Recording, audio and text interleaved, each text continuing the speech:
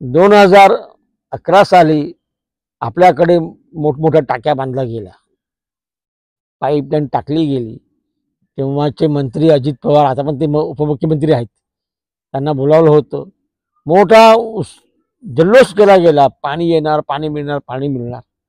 आज 2025 उगवलेला आहे. आज जवळपास 14 वर्ष होत आलेत, अजूनही गावातल्या लोकांना पाणी मिळालेलं नाहीये. परंतु पाण्याची सुरुवात झालेली आहे, तर तुम्ही समाधानी आहात का? पाण्याची सुरुवात झालेली आहे, मी समाधानी कुठेतरी बिलकुल सुरुवात झालेली आहे. मी समाधानी बिलकुल नाहीये. तुमची काय अपेक्षा आहे? जर बिल्डरांना पाणी मिळतं, बिल्डरांनी बिल्डिंग बांधली की तिथे जे फ्लॅट घेतात त्यांना पाणी दिलं जातं नळाद्वारे, मीटरद्वारे, तसं पाणी मला द्यावं. आज स्टँड पोस्टद्वारे काही ठिकाणी टाकले, काहीतरी निर्मळमध्ये झालेले आहेत. आपल्या आमदार त्यांनी त्याचं उद्घाटन केलं, आमदार बदलले, दुसरे आले. आमदार असतो जो सत्तेवर